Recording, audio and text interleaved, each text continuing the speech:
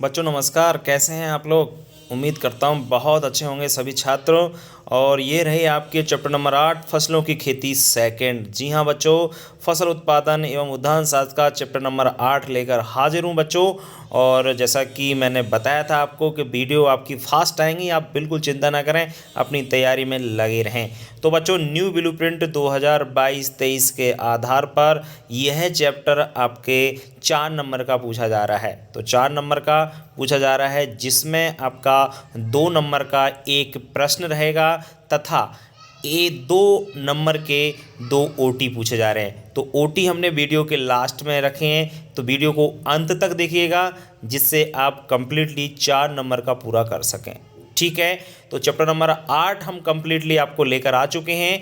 बस आप वीडियो को शेयर कर दीजिए, ज़्यादा से ज़्यादा छात्रों तक पहुंचाने का आपका काम है कि मध्य प्रदेश के सभी छात्र हमारी YouTube channel agrotech study channel से जुड़ जाएं, जिससे वो फ्री ऑफ कॉस्ट पूरी 12th एग्रीकल्चर की तैयारी कर सकते हैं और अपने सपनों को साकार कर सकते हैं। आपको पता है कि हमारे चैनल के द्वारा लास्ट ईयर 98% ज़िले कई ज़िलों में टॉप आए, एमपी में भी टॉप 5 में नाम आया था बच्चों का। तो आप जानते हैं कि हमारा चैनल आपके लिए कितने बेहतर वीडियो ला कर देता है, कितने बेहतर आपकी पूरी सिलेबस की तैयारी अकॉर्डिंग टू ब्लूप्रिंट करवा रहा है। आप ये अच्छी प्रकार से समझते हैं और जानते भी हैं, है ना। तो ज़्यादा से ज़्यादा शेयर करें, बस इतनी सी मैं आपसे कहता हूँ, कितना सा आपसे एक आग्रह किया जाता है। ठीक है, चलिए तो अब शुरुआत कर लेते हैं, ज़्यादा समय ना खराब करते हुए। इस वीडियो के बेहतर वीडियो 2-2 नंबर के क्वेश्चन है,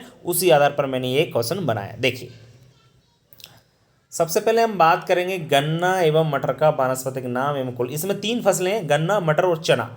तीनों फसलें रवि ऋतु की हैं, ध्यान रखें थोड़ा सा। और तीनों से जो क्वेश्चन बनेंगे आपके वह 2-2 नंबर के क्वेश्चन बन रहे हैं। तो किस प्रकार से मैंने बनाया देखिए आप लोग। सबसे पहले बॉटनिकल नेम की हम लोग बात करते हैं, तो बॉटनिकल नेम गन्ने का है सैकेरम ऑफिसिनेरम। अंडरलाइन का विशेष याद रखेंगे, सैकेरम ऑफिसिनेरम अंडरलाइन करना है अगर एग्जाम में पूछा जाता है तो। और कुल है ग्रेमनी या पोएसी। ग्रेमनी पुराना नाम है और पोएसी नया नाम है, ये चीज़ मैं आपको कई बार बता चुका हूँ। मटर की बात करें तो मटर का वानस्पतिक नाम है पाइशम सटाइवम, अंडरलाइन विशेष। और कुल है लेग्युमिनेसी, क्योंकि ये दलहनी फसल है, दाल वाली फसल है, इसलिए इसका कुल है लेग्युमिनेसी। और एक चीज़ आपको अच्छी तरह मालूम होगा कि सभी दलहनी जो फसलें हैं उनका कुल लेग्युमिनेसी होता है और इसका उपकुल भी होता है। उपकुल क्या है आपका, ध्यान रखें, पैप्लियोनेसी। इससे पहले वाली वीडियो में मैंने आपको दलहनी वाली फसलें बताई थी, मूंग उड़द, वहाँ पर बताया भी था। पैप्लियोनेसी इसका उपकुल भी होता है। ठीक है, तो गन्ना एवं मटर का वानस्पतिक नाम एवं कुल अच्छी प्रकार से क्लियर हो गया। देखिए, इसमें समझने वाली बात कुछ नहीं होती, बॉटनिकल नेम और कुलों में ये चीज़ें थोड़ी सी हमको याद करनी होती है। यदि हमें याद है तो एग्जाम में बहुत अच्छी प्रकार से हम इनको लिख सकते हैं। गन्ने की प्रमुख वैरायटी हैं, इनको देख लीजिए, वैरायटी पूछ सकते हैं 2 नंबर में। CO 1169, CO 617, CO 678 और CO 775, ये गन्ने की प्रमुख वैरायटी हैं, इनको याद ज़रूर कर लीजिएगा। क्वेश्चन 2 कंप्लीट, तीसरे पे आ जाओ। बहुत इंपॉर्टेंट क्वेश्चन, गन्ने की पेड़ी क्या है। देखो, गन्ने की पेड़ी को इंग्लिश में हम रैटून बोलते हैं, शुगर कैन रैटून। तो रैटून क्या होता है या पेड़ी क्या होता है, एक ही चीज़ें समझिए आप लोग। होता क्या है कि गन्ने की बोई गई फसल की कटाई के बाद उसकी खेत में बोए गए फसल की जड़ों से, या डंठल कह सकते हैं, डंठल बचते हैं ना काटने के बाद, उनसे गन्ने के नए पौधे तैयार होते हैं। मतलब उन्हीं डंठल से दूसरा पौधा उसी से निकला, मतलब बोने की आवश्यकता नहीं होती दूसरी गन्ने को। तो इन पौधों से गन्ने की जो फसल तैयार होती है उसे ही हम लोग गन्ने की पेड़ी या रैटून कहते हैं। समझ में आ रहा है कि नहीं आ रहा है? नहीं आ रहा है तो एक बार और समझिए। क्या होता है बच्चों, गन्ने की फसल हमने किसी खेत में उगा रखी है तो उसको काट लेते हैं हम लोग, बिल्कुल धरती से काटते हैं, क्योंकि गन्ने को पूरा काटा जाता है, बिल्कुल भूमि से नीचे से ही काटा जाता है। फिर क्या करते हैं कि जो अपन ने गन्ना तो काट लिया, काट लेने के बाद उसके डंठल और जड़ तो बचा के नहीं बचा, थोड़ा सा नीचे, है ना। तो क्या करते हैं कि हम दूसरे गन्ने की बुवाई नहीं करते हैं और उसी में से दूसरा पौधा निकल आता है। सिंचाई निराई गुड़ाई कर देते हैं, सिंचाई करने से दूसरा पौधा उसी में से निकल, तो उससे ही दूसरी फसल ली जाती है गन्ने की, तो उसे ही हम लोग गन्ने की पेड़ी या रैटून कहते हैं। समझ में आ गया कि नहीं?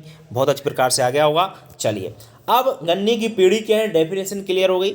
अब इसके लाभ देख लीजिए। गन्ने की पेड़ी के लाभ क्या है, क्या लाभ होता है। देखिए सबसे पहली बात तो यह है कि पेड़ी की फसल में प्रति हेक्टेयर उत्पादन खर्च, व्यय का मतलब होता है खर्च, कम लगता है। सही बात है, बीज की बचत हो गई आपकी। सबसे पहली बात तो बीज आपको नहीं बोना पड़ेगा, जुताई नहीं करनी पड़ेगी। तो कहने का मतलब जो प्रति हेक्टेयर प्रोडक्शन खर्च आता है वो खर्चा बिल्कुल भी कम हो जाता है। सबसे पहला लाभ तो ये हुआ। दूसरा लाभ है कि पेड़ी की फसल शीघ्र तैयार हो जाती है। जी हाँ, शीघ्र तैयार का मतलब जल्दी तैयार हो जाती है। क्यों? क्योंकि यदि हम जनरल गन्ना अगर बोवाई करके फिर गन्ने की अगर फसल लेते तो अंकुरण होने में ही वो उसमें बहुत समय लग जाता है ना।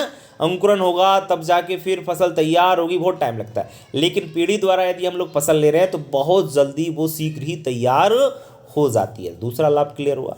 तीसरा लाभ भी बता देता हूँ साथ में कि खेती की तैयारी, बीज की बुवाई आदि क्रिया नहीं करनी पड़ती हैं।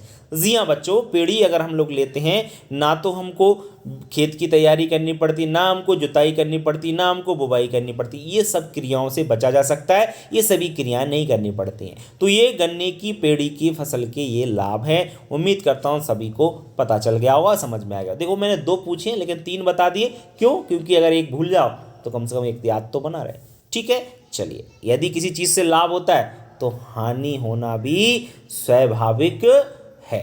ठीक है, तो हानियाँ भी देख लीजिए। गन्ने की पेड़ी की 2 हानियाँ लिखिए। देखिए हानियाँ क्या होगी समझिए।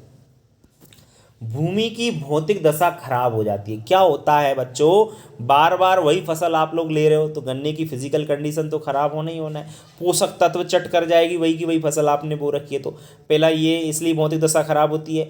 दूसरा ये भी हम लोग कह सकते हैं कि बार बार अगर वही फसल ले रहे हैं, वही फसल, तो उसमें क्या होता है आपका, उसकी उपज भी कम प्राप्त होती है। गन्ने की पेड़ी से जो इतना हम बोकर प्रोडक्शन ले सकते हैं उतना पेड़ी से हम लोग प्रोडक्शन नहीं, मतलब उपज उसकी कम प्राप्त हुई, यील्ड कम मिलेगी।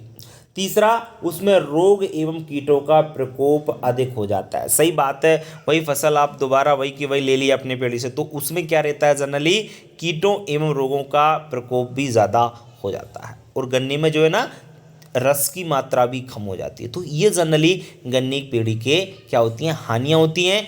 आपको क्लियर कर दी, बहुत सिंपल है, बहुत ईजी है, बहुत इंपॉर्टेंट भी, ये ध्यान रखें थोड़ा सा। ठीक है, चलिए बहुत बढ़िया, बढ़ते हैं आगे।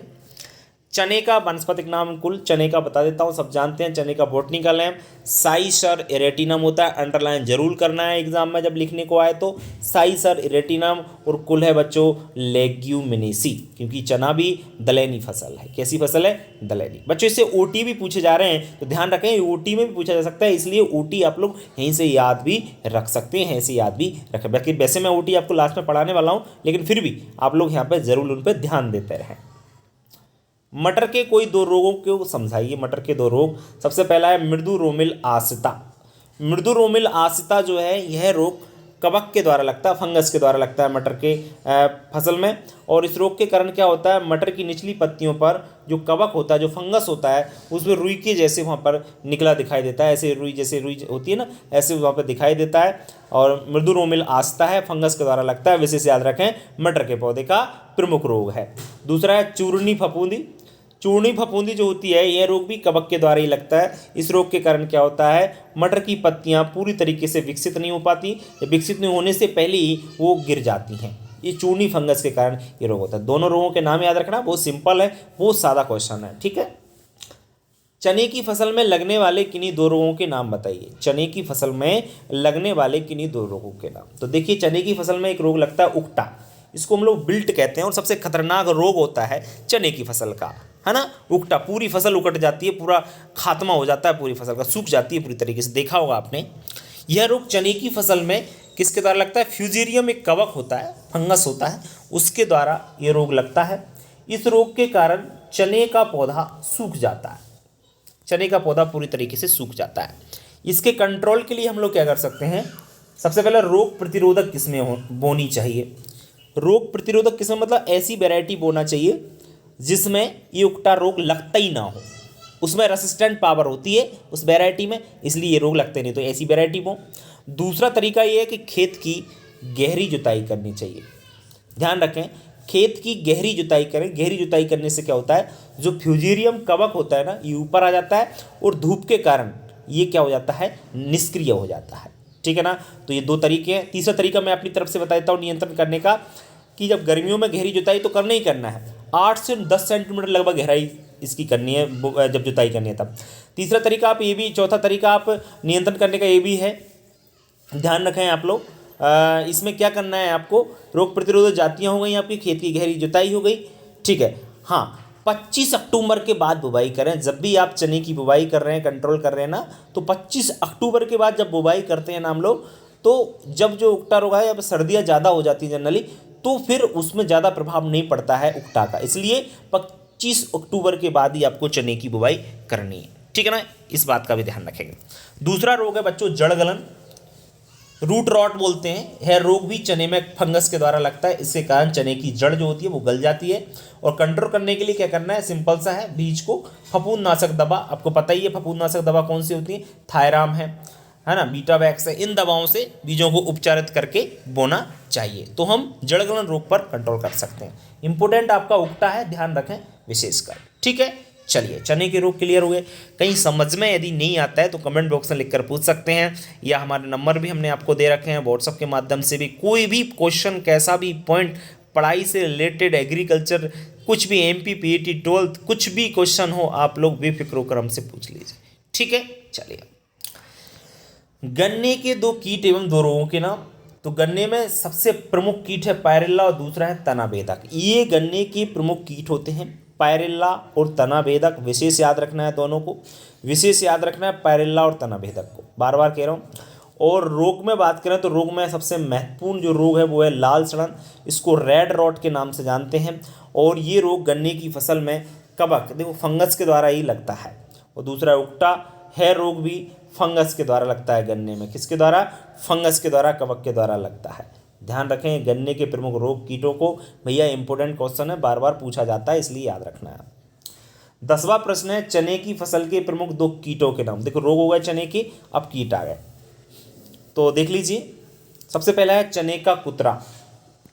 यह चने की फसल का प्रमुख कीट है जो चने की नई कलिकाओं को काट देता है ऊपर से, ये खतरनाक है, चने का कुतरा बोलते हैं इसको, है ना।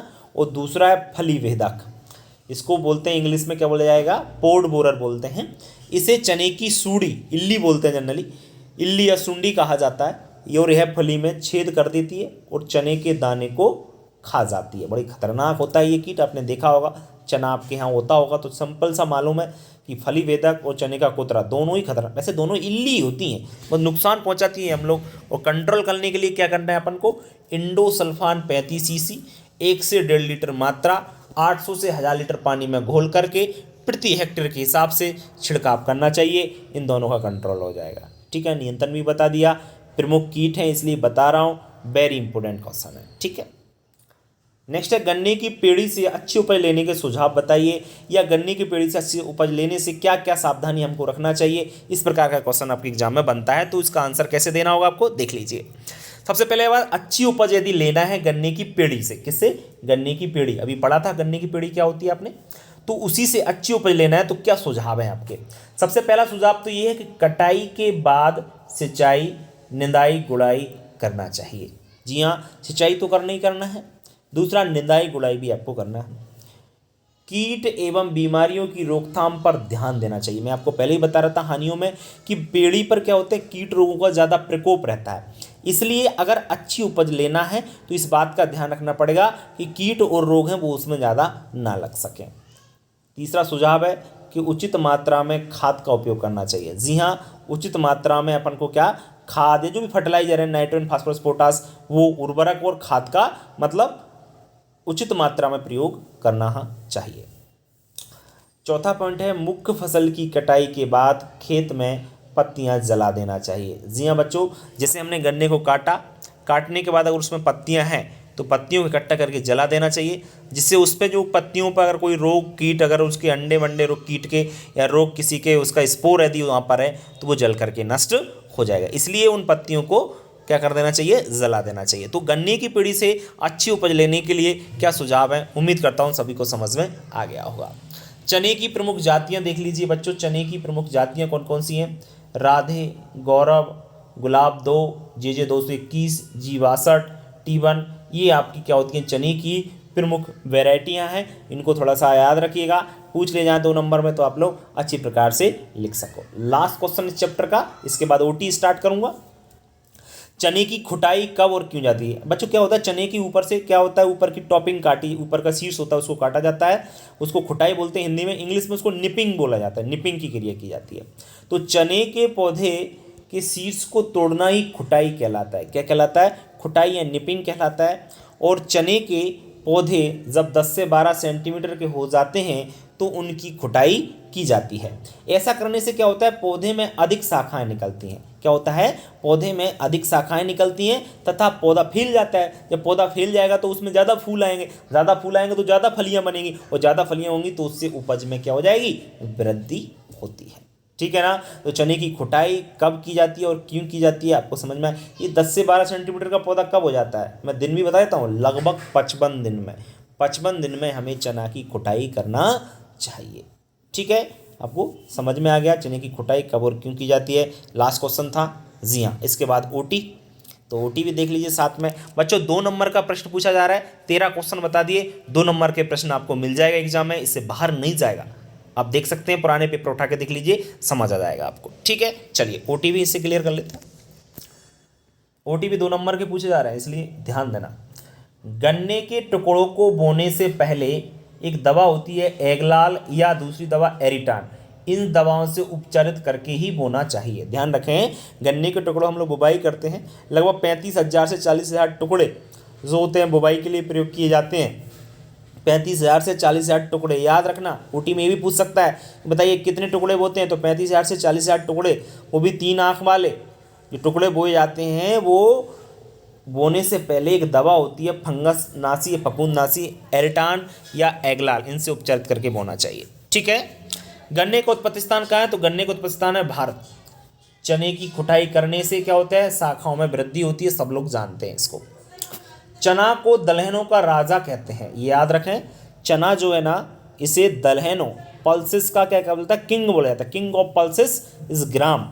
ठीक है। चने को मटर में फली छेदक, फली लपेटक, वीविल कीट लगते हैं, ध्यान रखें, ये प्रमुख कीट है मटर के, फली छेदक, फली लपेटक और वीविल कीट, ये मटर के कीट हैं। गन्ने के खेत में अंकुरण से पहले जो निराई गुड़ाई की जाती है उसे हम लोग अंधी गुड़ाई कहते हैं। बहुत अच्छा पॉइंट है बच्चों, अंधी गुड़ाई किससे संबंधित है, गन्ने की फसल से संबंधित है। और अंधी गुड़ाई क्या होती है, इसको ब्लाइंड होइंग बोलते हैं इंग्लिश में।